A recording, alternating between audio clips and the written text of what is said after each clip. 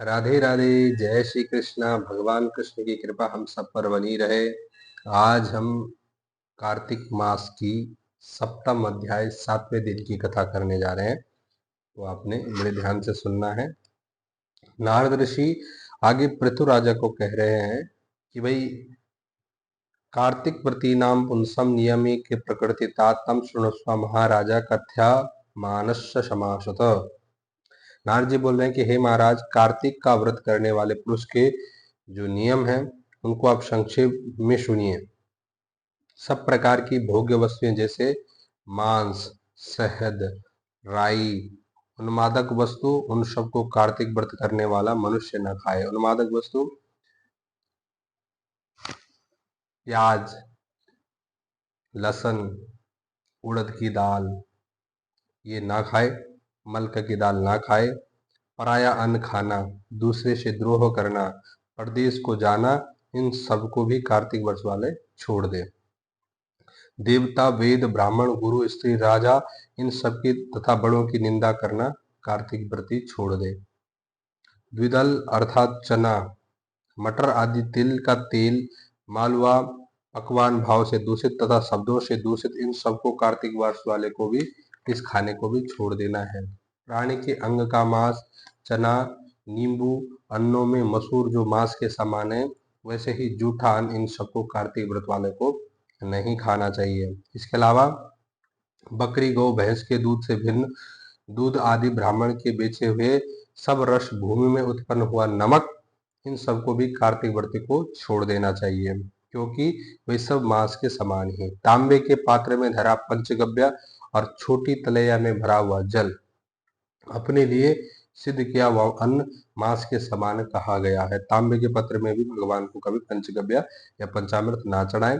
ब्रह्मचार्य से रहना, भूमि पर सोना, बत्रावली में भोजन, चौथे पहर भोजन कार्तिक व्रती सदा करे। कार्तिक स्नान करने वाला नरक चतुर्दशी को तेल लगावे और दिनों में तेल लगाना त्याग दे। केवल नरक चतुर्दशी दिन का विधान है कि आप उस दिन तेल आपको लगाना चाहिए अपने शरीर पे। इसके बाद आगे कह रहे हैं कि व्रती सदा जो है कार्तिक स्नान करने वाला उस दिन नरक चतुर्दशी के दिन तेल लगाए।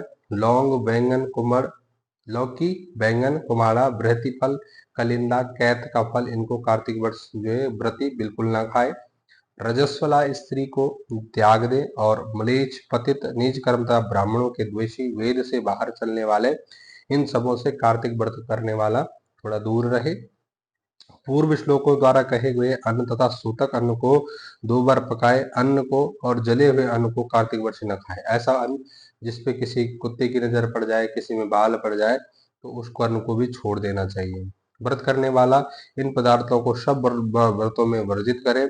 कोई भी व्रत हो, इन सब में जो है ये वर्जित होता है। अपनी शक्ति से विष्णु की प्रसन्नता के लिए कृष्णादि व्रतों को भी करे।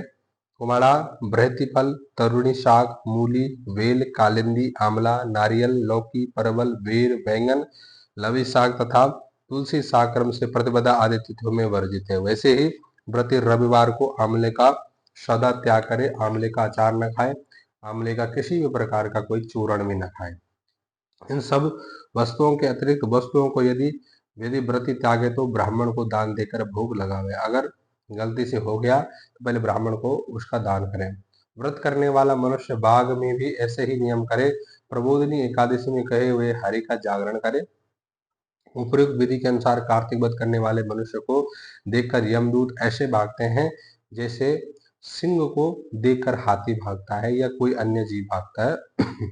विष्णु का व्रत करने वाला एक तो भी श्रेष्ठ है और 100 यज्ञ करने वाला श्रेष्ठ नहीं है। विष्णु जी का एक व्रत करने वाला श्रेष्ठ है, लेकिन 100 यज्ञ करने वाला भी उतना श्रेष्ठ उसके समान नहीं है, क्योंकि यज्ञ करने वाला स्वर्ग जा सकता है, लेकिन कार्तिक व्रत करने वाला जो है वैकुंठ जाता है। इस पृथ्वी में भुक्ति मुक्ति देने वाला ये कार्तिक वर्ष तीर्थ के समान है, और मनुष्य के देह में कार्तिक वर्ष अगर किसी का हो जाए तो वो शुद्ध है, हम जो है वैकुंठ का वास पाता है। विष्णु के वाक्य से प्रेरित इंद्रादिक देवता कार्तिक व्रती की इस तरह रक्षा करते हैं जैसे एक जो है नौकर एक सेवक अपने राजा की करता है। विष्णु व्रत करने वाला जहाँ पूजित होकर स्थित रहता है, वहां ग्रह, भूत, पिशाच आदि नहीं रहते। ऊपर कही हुई विधि के अनुसार कार्तिक व्रत करने वाले मनुष्य के पुण्य को चतुर्मुख ब्रह्म भी कहने में असमर्थ है। जो इतनी महिमा है इस कार्तिक व्रत की। आगे कह रहे हैं, जो मनुष्य विष्णु को प्रिय, संपूर्ण पापों को नाश करने वाले और अच्छे पुत्र तथा धन लाने की वृद्धि करने वाले कार्तिक वर्ष को नियम से करते हैं, उनको तीर्थों की यात्रा और सेवा से क्या प्रयोजन है। उनको तीर्थ जाने की क्या आवश्यकता है जब कार्तिक व्रत से ही सब कुछ मिल जावे। तो इस प्रकार से सप्तम दिवस की सप्तम अध्याय यहाँ पे समाप्त होता है। राधे राधे। कमेंट बॉक्स में आपने जरूर लिखना है।